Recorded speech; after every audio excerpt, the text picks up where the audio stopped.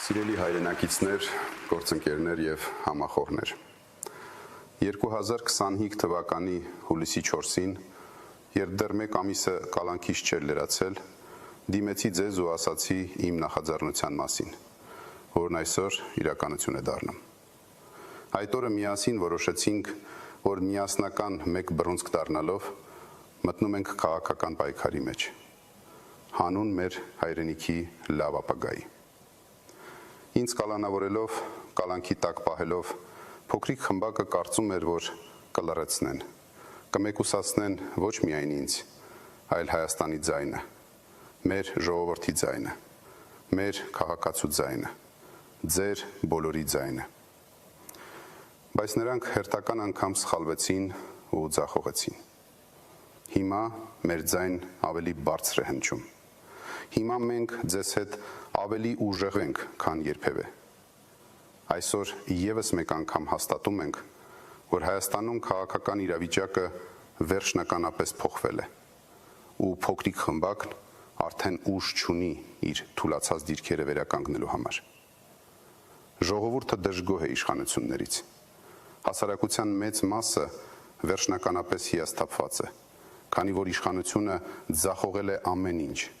արտաքին քաղաքականությունը, ներքին քաղաքականությունը, սոցիալական ոլորտը։ Տնտեսության վիճակը կարելի է բնորոշել մեկ նախադասությամբ. աղքատ ենք ու խրված պարտքերի մեջ։ Մեր երկրին ամեն տեսակի արհավիրք, դժբախտություն ու թուլություն բերածները վերջին շրջանում միայն խոստանում են ու խոսում են մի բանից՝ թույլ խաղաղությունից։ Խաղաղություն առանց ուժեղ պետության կոչվում է հանձնվել։ Նրանք հանրությանը մոլորեցնում են, թե իբր ուժեղ բանակ ունենալը համարժեք է պատերազմի։ Սա հերթական սուտն է հանրությանը վախեցնելու համար։ Մենք ուզում ենք խաղաղություն, ուզում ենք ուժեղ եւ արժանապատիվ խաղաղություն։ Աշխարհում ոչ մի երկիր չի կարող իրական խաղաղության մասին բանակցել խաղաղություն ավերսելով։ Մենք կուժեղացնենք մեր բանակն ու պաշտպանությունը նոր տեխնոլոգիաների ներդրմամբ, ժամանակակից պաշտպանության ծրագրի մշակմամբ եւ դրա ներդրմամբ, որովհետեւ ուժեղ խաղաղությունը պահանջում է ուժեղ ու ժամանակակից բանակ։ Մենք մեր հայրենակիցներին առաջարկվելիք ծրագրում չենք խաբելու, որ պաշտոն ստանանք ու առաջին որոշմամբ պարգևավճարներ սահմանենք։ Չի կարելի դատարկել պետական բյուջեն ու լցնել սեփական գրպանները, այլ պետք է անել ճիշտ հակառակը։ Մի առիթով հայտարարել էի նույնիսկ մեր սեփական գրպանների հաշվին պարտավոր ենք հարստացնել մեր երկիրը։ Մեր առաջարկելիք ծրագիրը ամենաիրատեսականն ու լավագույնն է լինելու ու լայն ճանապարհ է բացելու դեպի ուժեղ Հայաստան։ Մեր մեծ թիմը եւ ես անձամբ աշխատում ենք ոչ թե երկրի տնտեսության դանդաղ վերակենդանացման, սոցիալական իրավիճակի որոշակի բարելավման, այսինքն յոլա գնալու ռեժիմին վերադառնալու համար, այլ որպեսզի հստակ ու արագ քայլերով տանենք Հայաստանը սրընթաց զարգացման, իսկ մարդկանց դեպի տեսանելի բարեկեցություն։ Բարեկեցություն, որտեղ մարդիկ արժանապատիվ աշխատանքով վաստակում են արժանապատիվ աշխատավարձ։ Շուտով հետևողականորեն կպատմենք ձեզ մեր բոլոր ծրագրերի մասին, որոնք բացառիկ են Հայաստանի համար, ու թույլ կտան արագորեն լուծել մեր ժողովրդի կենսամակարդակի բարձրացման գլխավոր խնդիրը։ Մենք ուզում ենք Հայաստանը դարձնել արժանապատիվ ապրելու եւ արժանապատվորեն աշխատելու, վարձատրվելու երանելի տուն, այլ ոչ թե խեղճ օթևան, որտեղից ուզում են փախչել։ Ինձ հարցնում են, այս վիճակում ինչու որոշեցի մտնել քաղաքականություն։ Ես ծնվել եմ Հայաստանում։ Ես գիտեմ մեր քաղաքում եւ գյուղում ապրելու դժվարություններն ու քաղցրությունը։ Ես չեմ կարող անտարբեր նստել ու հանգիստ նայել, թե ինչպես են իմ հայրենիքը տանում աղետի ու կործանման։ Ես ստեղծող մարդ եմ։ Իմ կյանքի ընթացքում տասնյակ երկրներում հազարավոր բարիքներ եմ ստեղծել՝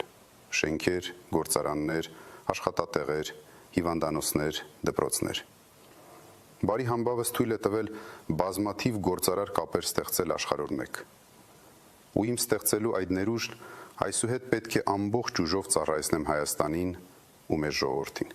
Սիրելի հայրենակիցներ, գործընկերներ եւ համախոհներ։